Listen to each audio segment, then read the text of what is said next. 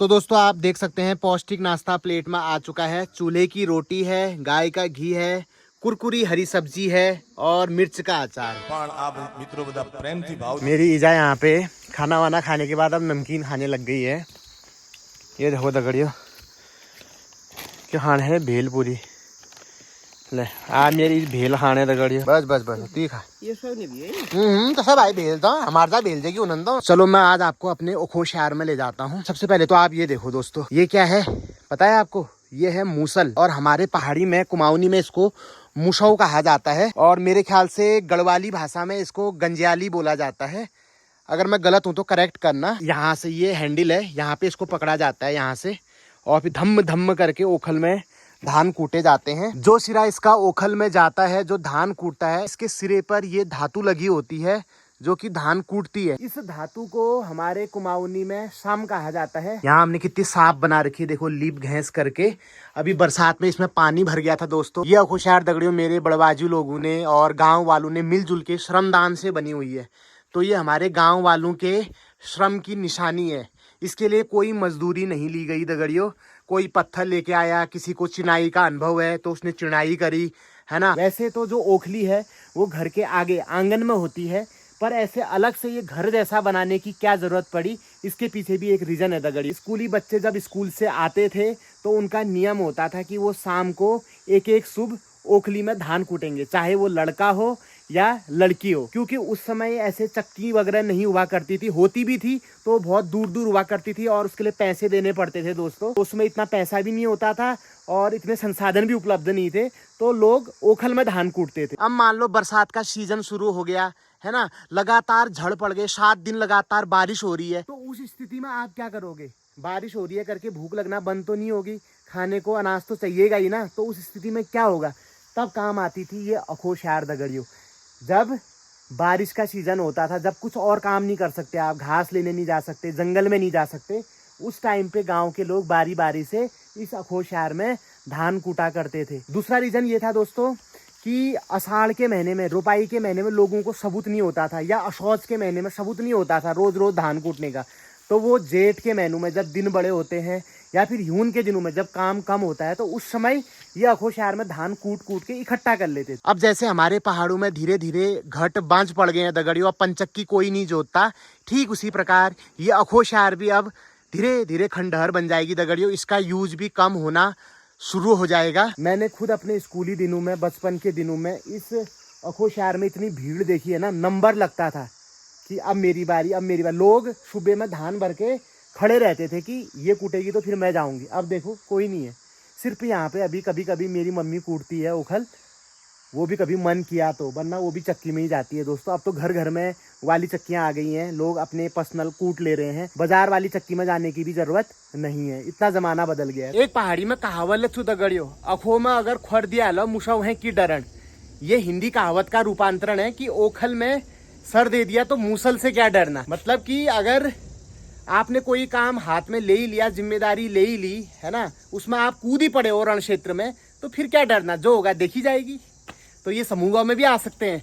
तो इसी मूसल से आपके लगभग 4-5 क्वेश्चन मैंने क्लियर करवा दिए, नोट भी करते रहना अपने घर से। मेरी कोशिश ये रहती है कि व्लॉग में मनोरंजन के साथ साथ आपका थोड़ा पहाड़ के बारे में ज्ञान भी बढ़े, और जो लोग सरकारी नौकरी की तैयारी कर रहे हैं, खासकर उत्तराखंड सरकार की नौकरी की, तो उनको सहायता मिले उनके एग्जाम में। अच्छा लगे तो शेयर कर देना दोस्तों हमारे ये अदरक के पेड़ कितने अच्छे हो रखे हैं। अब ये अदरक भी शायद खड़ेंगे पप्पा कुछ दिनों में, आ रहा है इसका सीजन भी। मेरी माताजी पहाड़ी बाखली की बगिया से लाई चुन रही है दोस्तों। ये जो हरी सब्जी है दोस्तों, हमारी जेठमो मतलब जड़जा लोगों के लिए तैयार हो रही है। जड़जा परसों के ब्लॉग में बोल भी रही थी कि मुआ पाता ला है, लाई न लाए कभी। तो अब हम उनको लाई पहुंचाने के लिए जा रहे हैं। जड़जा ने जो भी बोल दिया वो हमें पूरा करना होता है दोस्तों, क्योंकि जड़जा के जबान में साक्षात सरस्वती है। जड़जा को ऐसी कोई कमी नहीं है दोस्तों, ठीक है। जड़जा के पास अपनी जगह पर सब कुछ है। वो तो बाएं हाथ से भी अगर कुछ ऐसे डाल देती है ना, पटकन में ही उग जाता है। दुनिया भर की लाई उनके पटकन में उगी हुई है। पर यह है कि जेठमो है दगड़े। हमारी अम्मा हमसे कह के गई है, जैसे अभी तक चल रहा है वैसे आगे को भी चलाते रहना, जेठमो को मत तिराना, वरना मेरी आत्मा को शांति नहीं मिलेगी।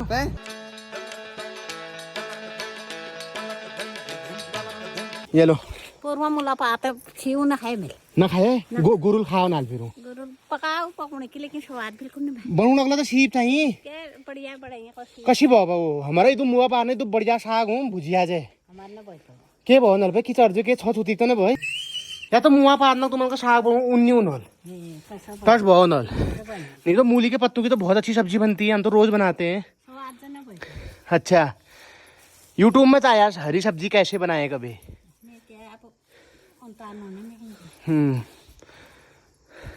तैक बन जाली ये के कर तैक तो नहीं खवाला गोर का ना ना ये क्या खाऊं खवाला अल्लाह की बात ना ना अच्छा ना ब्याह रहो गोर दूध तेल में हुई तो कौन क्यों कौन सा हाँ क्या खाऊं अपन देवरानी लीजिए क्यों कौन सा हाँ क्या खाऊं हाँ दीदिया भले भाई दीजिए भले बन दिया हाँ भले भाई इतना है तो साग नहीं है। मैंने आपको बोला था ना दोस्तों कि जेठजा श्री कृष्ण भगवान की भक्त हैं और निष्काम कर्म योगी, इन्हें कोई फर्क नहीं पड़ता, जो दे दे उसका भी भला, जो ना दे उसका भी भला, है ना जेठजा। मैथ में पढ़ू है ना तुम हरी साग क्या ना बनाना बाबू भला मान ही बल तुम्हारे हमारे तो मसाले के साग हैं तब तुम उनको मुआ पारना भलना लागनो है कि कि तुम छक्का कभी खाई बो ना तुम्हें मैथ घर पे। सही बात है। ये मूला पाता या गोभी पाता वाला ना पाए हाँ कि चल ही पे वहाँ अंड शिकारे चल ही ना हाँ पत्ता ना हाँ गडेर पिनाव हाँ हाँ फूलगोभी अच्छा गोभी हाँ लाई पालक तोरियां भिंडी हरी साग ये यहाँ पे खाई मतलब यार लाई खाइए अच्छा अच्छा मुआ पात खाई है अभी तो यहाँ से आप आइडिया लगा सकते हैं दोस्तों कि जेठजा कितने संपन्न घर की थी उस टाइम पर भी, है ना। उस टाइम पर भी इनके घर में हरी सब्जी नहीं बना करती थी। आप देखो ना, जिस लड़की ने उस टाइम पे इंटर पास किया हो और हर सब्जेक्ट में 33 लाई हो, तो सोचो कितने संपन्न घर की नहीं होगी ना। तो मेरी इज्जत न पढ़ पाए दगड़ियो ना, पूरा अभी आज तक भी उसके दिल में कशक है मैं नहीं पढ़ पाई। लेकिन जेठजा पूरा इंटर पास किया और इतना अच्छा बर मिला दगड़ियो, है ना। सबसे बड़ी बात ये है कि बर मिला। एक बार तो इस बाप ने मना कर दे दगड़ियो, लेकिन जेठजा कहा कि ना ना अम्मी ये करो साजी कोहरे तो भी बता तुम लोग कोहरे बताओ ये बताओ ये बात मना है कि झूठा बोला ताजी तो ना करो। जेठजा का ये शत है दगड़ियों की पटाल भी जेठजा के इतने साफ हैं कि वो आप सब्जी धो सकते हैं। जाने कपड़े देने जेठजा। दोस्तों शाम के 3:30 बज रहे हैं और अभी पहाड़ी बाकली में फटेला लगाया जा रहा है। आज भागुली दीदी के आने से हमारी बहुत मदद हो गई, मुझे ब्लॉग बनाने का टाइम मिल गया दगड़ियों, वरना मैं कभी भी फटेला लगाने का ब्लॉग नहीं बना पाता हूँ। मम्मी और पापा फटेला लगाते हुए और हमारी भागुल दी बचाते हुए तो एक पतली चादर की सहायता से जो गेहूं चावल में कूड़ा करकट है, बीज है, वो साइड किए जाते हैं।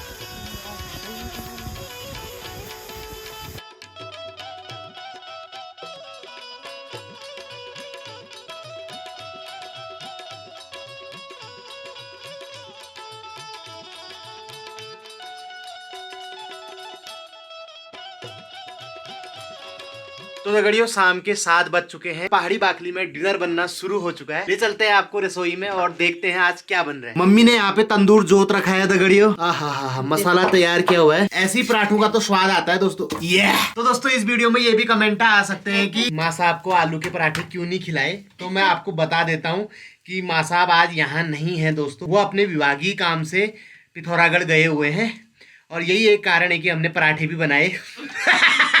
माँ साहब यहाँ नहीं है तो ज्यादा खाने में आएंगे, वरना 2-3 पराठे उनको भी देने पड़ते। बट ऐसा नहीं है दोस्तों, ये एकदम से प्लान बन गया क्योंकि हमारे जो आलू थे ना खराब होने लगे थे थोड़ा सा। मम्मी ने सोचा कि इससे पहले कि सारे आलू खराब हो जाएं तो उसके पराठे बना देते हैं, तो इस वजह से हमारा अचानक से प्लान बना। लेकिन हम माँ साहब को भी जरूर छोई रोटी की तरह आलू के पराठे खिलाएंगे, ये हमारा प्रॉमिस है। साथ में आप देख सकते हैं दोस्तों बिल्कुल चटपटी झोई मोय वाली चटनी बनी हुई है। पहाड़ी बाकली के पराठों की खासियत है ये बहुत मोटे होते हैं, गुदगुदे होते हैं। इतना मोटा गद्दू सा पराठा हो, प्याज पुदीने की चटपटी चटनी हो और चीनी वाली चाय हो, जिंदगी को और क्या चाहिए दोस्तों। तो दगड़ियों आलू के पराठे भचका दिए हैं, टोटल 3 पराठे खाए दगड़ियों और बहुत मजा आया है। मोटे कितने थे वो? अब समय है दोस्तों आपके प्यारे प्यारे सवाल लेने का। आज का सवाल हमसे पूछा है हमारे एक सब्सक्राइबर है राकेश पनेरू करके, तो उन्होंने मुझसे सवाल पूछा है कि पवनदा बुआ को कुमाऊनी में क्या नाम से पुकारते हैं? तो पनेरू जी, बुआ को कुमाऊनी में पुज्जू कहा जाता है, कई जगह पे पुशाण बोला जाता है, पुज्जू कहा जाता है। और पप्पा बता रहे हैं कि हमारे वहाँ पहले से बुआ को बूब भी कहा जाता था, बूब।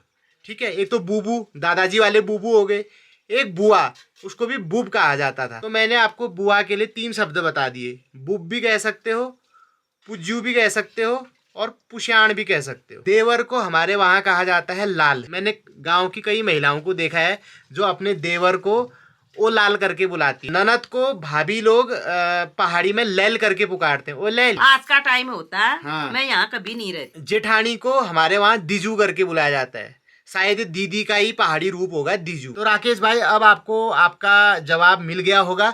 अगर राकेश भाई की तरह ही आपके मन में भी कोई सवाल है पहाड़ से रिलेटेड, किस्से, कहानी, जनरल नॉलेज, किसी भी टॉपिक से संबंधित, रीति रिवाज, है ना, तो आप मेरे को कमेंट बॉक्स में अपने नाम और पते के साथ पूछ सकते हैं। अगली वीडियो में मैं आपके नाम के साथ आपके सवाल का जवाब दूंगा। और इस ब्लॉग को अब यहीं पे एंड करते हैं दगड़ियों, क्योंकि अब ब्लॉग बनाने की सामर्थ्य नहीं है, धम्म करके तिरछीने का मन कर रहा है। बहुत जल्द एक नए ब्लॉग के साथ मुलाकात होगी। रात के बज रहे 8:30। हाँ सभी देखने वाले दर्शकों को हाँ हमारा प्रणाम। हाँ हाँ, हाँ। कल अगले और ब्लॉग के साथ कल अगले ब्लॉग के साथ मुलाकात होगी। हाँ सभी लोग स्वस्थ रहें, हाँ। मस्त रहें, खुश रहें। हाँ। Thank you for watching. Thank you for watching. Love you all. Love you all. शाबाश। सो जाओ दोस्तों, हम भी सो जाते हैं। कल एक ब्लॉग के साथ मुलाकात होगी। अपना ध्यान रखना। Bye bye, good night.